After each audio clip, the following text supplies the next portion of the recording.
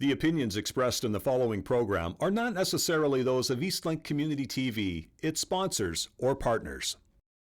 Books piled high with the tales untold, 'neath the oak tree where young minds grow,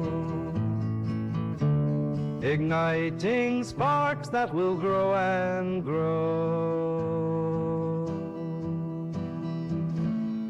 Welcome back to Boreal Scribes. I'm your host, Jessica West, an author here in Timmins for the best-selling Amazon book, Manifesting with Purpose. I'm a podcast host and an empowerment coach. And I'm here today with Daphne Walbridge, an author and coach. Hi, Daphne. How are you doing? I'm very well. Nice to meet you, Jessica. Yeah, great to meet you and great to have you here. So, Daphne, you authored 2 books, more to come, but I'm wondering, can you share what inspired you to write and publish books? Well, actually, I've been in the leadership and the coaching world for several years now, about 10, 12 years. And it started with a blog, actually. I had a blog, an empowerment blog for women. And I was looking at the blogs I was writing, which were almost like mini chapters. And it's hard to get, you have to get the SEO right and the traction on your site. And at the same time, I was doing doctoral studies. So I was like writing a dissertation, writing blogs, and I'm thinking, maybe I should just write a book on this leadership. The content I'm reading and what really brings joy for me is this leadership content, and I wanted people to see it. I wanted people to read it. I felt that blogs you were being lost in the shuffle. There were so many blogs out there. So I said, you know what, why don't I just write a book? Because instead of writing a dissertation, which was probably going to collect dust on a shelf and only be read by academics, I wanted my work to be useful, very practical for women and for leaders. So I said, I'm going to try writing a book. And I kind of looked at the blog posts I was writing already and said, I'm going to transform my blog posts into chapters and into lessons, really. So I went one lesson at a time, and eventually the first book was created. I love that. And the first book was this one here, Step Up, Step Out. It was the first book, yeah. That was published in 2017. I had a very young daughter then, Phoebe, and she was, I was all about Sheryl Sandberg and women empowerment, and my husband was on board. He was like, we were all like into this, right? We were getting the message out there, and he was very supportive, and she was my inspiration really for this book. I wanted to kind of have a legacy for her when she grows up, and she has this in her library now. She's 13 today, but she knows it's there. She's asking me, can I get this in Audible? Well, not yet. One day maybe, So it was something I would give to her. And it was actually dedicated to her, this first book. Oh, I love that. And that was the question that I was going to ask, is what is your inspiration in writing and even having created the blog post? But as you're saying, it was really your daughter, Phoebe. Yeah, she was a big part of it.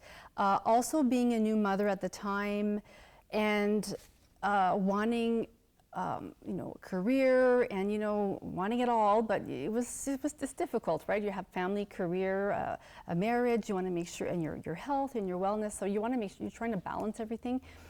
And it all started, and I talk about this in the book actually, when my husband saw this TED Talk with Sheryl Sandberg, and he goes, Daphne, you should come and listen to this, and it's like, I think one of the most popular TED Talks by Sheryl Sandberg, and why we need more women leaders. And that kind of just, the light bulb went on. And I said, oh wow, okay. That's where I said, okay, I want to start exploring this field of women's leadership, empowering young women, empowering girls, everybody really. I just started with a website, creating content and courses and trainings and stuff, and I just kept evolving from there. So I've always been in this leadership world. Yeah, I love that. And then you wrote the First Year Principle as the other book, and that was really, can you share the inspiration behind that and like how it relates to your role that you were in? Yes, so I've always been in education. I'm a teacher by training, and so full-time is my work in education, and today I'm a superintendent. So leadership, again, not only has it been a love and interest, and it's also part of my daily professional world. And when I became a principal, I said, okay, I'm looking for, and this is going to be part of my chapter, actually, I was looking for, content or a book that would help me kind of get the ins and outs of the first year of the principalship. And didn't find what I was looking for that met my needs. A lot of good stuff out there. And I said, I'm going to write my own book. I've done it before. Now I know what I want to tweak. I knew the process. And sure enough, I started, writing again. And it wasn't daunting because I knew I had done it before. So I knew I was able to do it again. And this time I had more insights. You always learn every time you write something or you create something, whether it's a book or anything really. You learn from your mistakes and, okay, this I want to keep, this for next time I'm really not doing this, I'm going to go this way, etc. Your voice changes as well, your tone, it's a work of art that's changing, it's evolving over time. And so my voice is much different in the first year principal. And it's even going to be, different in the next book that's coming out. So, which I find interesting because they're like little personalities in every book. Yeah, absolutely. And you can almost see your own evolution as an author and an individual, like looking back on your past work. Yeah. And I love what you're saying here, and it's making me think, like, if, it's kind of a saying that I've adopted too, like if I can't find what I'm looking for, then I'll create it. Yeah. And that sounds like what you did with your book. You just created what was missing that you would have needed in your life. Can you touch on the writing process a little bit? How did that go? Yes, so I'm a big fan of micro-focused sessions. Being a busy professional, being a mother and a wife and wanting to have a balanced life, it's hard for me to spend 3 hours, and I don't have the focus for this, 3 hours or 2 hours, or even 90 minutes just to sit down and write. So I'm an early bird. And I wake up at 4, and I'm not recommending everybody wakes up at 4, but at 5 o'clock, whatever. But I write early in the morning. So for this third book, and actually this book as well, all of them, I had these 20 to 30 minute focused writing blocks. And so I would write, and it's not perfect, you're just putting something onto paper, right, or on the screen. And the key here is before you finish, I always had like a virtual post-it on the screen of my computer, and I said, okay, tomorrow's work session, I have to edit this, I have to read this article. I would tell myself what I had to do for the next session, because one of the reasons I find many authors or aspiring authors, they kind of freeze, is because, okay, I don't know what to do, how am I going to structure myself? You just have to start, start writing, and then give yourself homework for the next day. And that's what I did. So I knew, okay, next, because at 4 a.m., it's not like, what am I going to do? What am I going to write? Like, you're kind of hazy and you're just sipping your first cup of coffee. But I knew it was on the post-it. Okay, now I'm going to continue this chapter. Now I have to read, and I had the link to, for example, the article I wanted to read and to absorb. I had my tasks to do, so I jumped right into my tasks. So my 20-30 minutes was really well spent, and it was focused. Yeah, I love that. That's actually really helpful for the aspiring writer too. So thank you for sharing that. Sure. We're going to take a short break, and we'll be right back.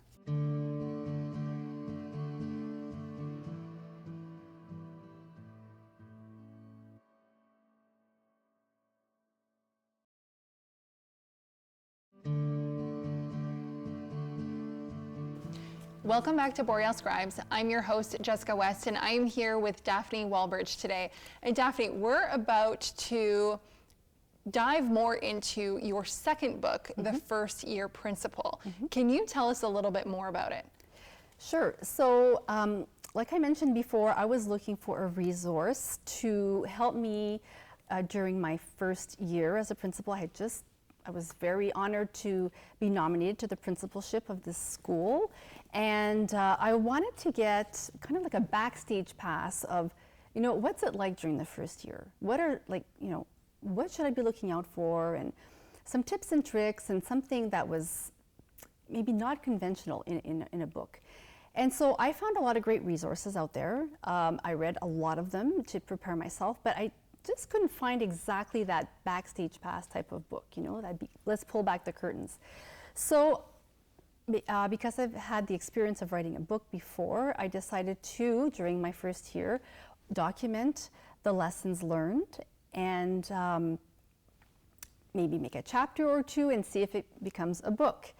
And lo and behold, I wrote the second book, and it was really to be of service. Well, it was kind of like a journal for myself, a time capsule, but also I wanted it to be of service for the aspiring principals and the new principals, because the role of the principal is critical. It is one of the most important roles in the school system, really, because the leader of a school sets the tone, is responsible for instructional leadership. I mean, they're shaping the lives of our kids. They're nurturing staff. It's a huge responsibility, and let's set them off on the right foot. So I wrote this book, and now I know that many school boards actually buy this book for their principals, and I had no idea. And all of a sudden, I got these emails, and the superintendents were buying them for their principals because they wanted, again, this type of resource to help their principals hone their skills and, develop their leadership. So I was flattered and honored. Yeah, absolutely. I love that. So the second title of the book, so it's for the first year principal, 52 practical lessons to help new principals thrive as conscious leaders. Can you break that down for us a little bit more? Like, what is a conscious leader to you? A conscious leader is someone who is going inward, because leadership is an inward journey. And as you are leading, ultimately you're evolving as a human being. And you're going to be confronted with your ego, you're going to be confronted with triggers, and consciousness comes in when the leader aspires to go inward and to question himself or herself as to, okay, why did I react this way? Why am I being triggered right now? Why is my ego flaring up right now? Because only when they get to know themselves on a deeper level can they really become an effective leader. And a lot of books, leadership books, a lot of them don't cover this type of content. And I was trained as a conscious coach, and so I have that lens. And I really wanted to have that spirituality, that lens into this book. A lot of the lessons are very practical. We talk about social media, marketing, and all that stuff, but there's a lot of lessons in there that talk about going inward and reflecting, and the art of communication with others, and that compassionate tone and outlook. And so that's where that consciousness comes from. Yeah, I really love that. And looking at your book, looking over all of the lessons that you have in there, lesson 52 is leadership as a spiritual journey. So is this kind of what you're saying here, that it's a spiritual journey? It is a spiritual journey, because you're certainly not the same person. Like when I started in administration, when I was a vice principal, a high school vice principal, and if I look at my evolution today, I'm going into my 5th year as a superintendent. I have evolved, not only skill-wise, obviously, but you evolve as a human being, because, and I've only evolved really when I've gone through challenges. And by challenges, it could be, okay, why did I get triggered right now? And by triggered, like heart pounding and flustered, and because I'm so passionate about a project, for example, and why am I feeling threatened, or why am I, okay, stop it, go inward, look at patterns, right? It's really about having that discipline and the insight to go inward, take a pause, and try to detect patterns.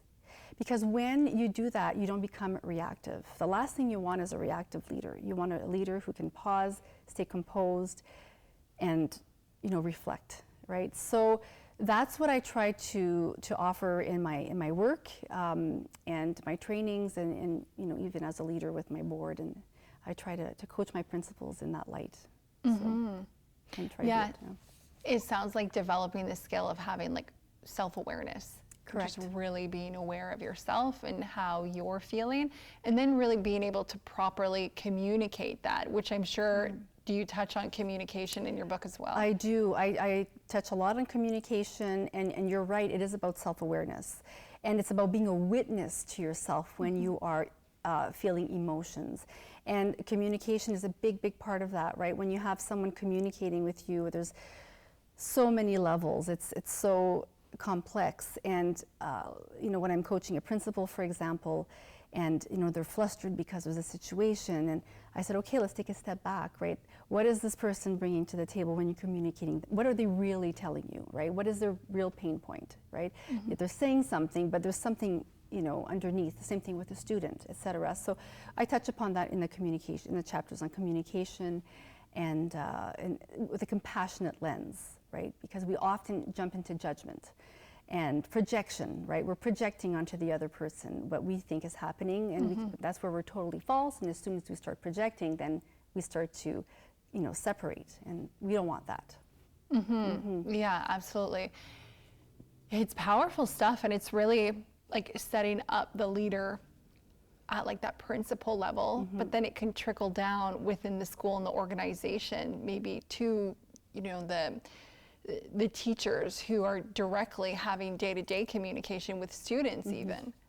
Oh, 100%. If you have a leader who is skilled in this type of conscious leadership lens, the staff, they won't know what it is. It's almost like a je ne sais quoi. Like, what is it about that principal that just gets me?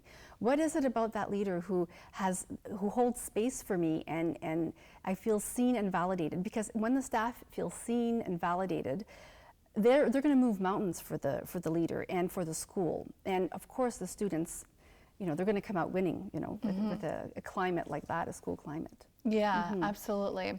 So what would you say, I feel like we kind of touched on it already with like everything that you're saying, but what is like the one underlining hope that readers take away from reading this book? Well, I hope they, a few things. First of all, there's like micro lessons. I'm a big fan, both of my books are like this.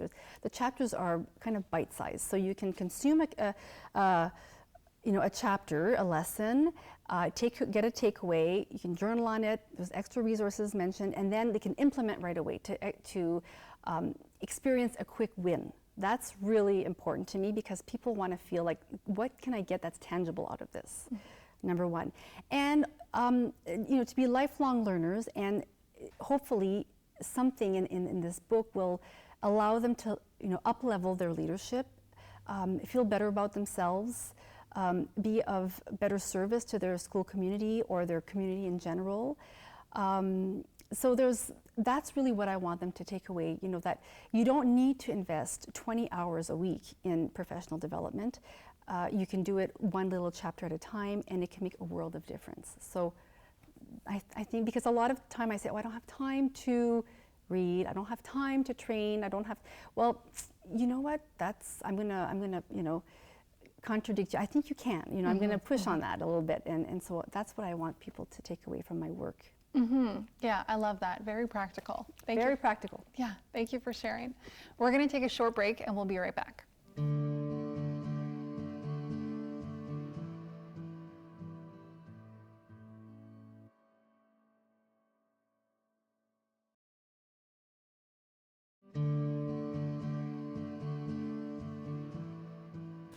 Welcome back to Boreal Scribes. I'm your host, Jessica West, and I am here with author Daphne Walbridge.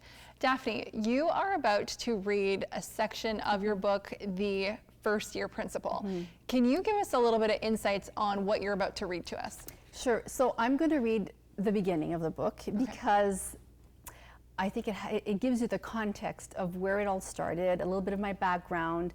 And I've talked a little bit about this during this interview, but I thought it would be a nice way to introduce the book to people. Yeah, okay, great. Okay, so here I go. It was a sunny July morning as I was coming back from the cottage when I received the call that I had been selected to be the new principal at my first elementary school. I remember thinking how fortunate I was to be starting off my principalship career in this charming kindergarten school. I was also grateful and excited to have the opportunity to actualize the vision I had for myself as a school leader. For years, I envisioned this role and what I would bring to it. Now I would get the chance to actualize this vision. But before I move forward in this book, I want to rewind a little bit and talk about how I got here. When I started my career in education more than 20 years ago, I had no intention of going into administration. I was more than happy teaching. It's only when I started taking leadership courses and my principal's papers that I saw there was potential for growth within my career. In other words, my path developed slowly, but I always made sure to look ahead and take the necessary courses and training to position myself for the next opportunity, even if I wasn't sure what that would be. In other words, I went with my intuition.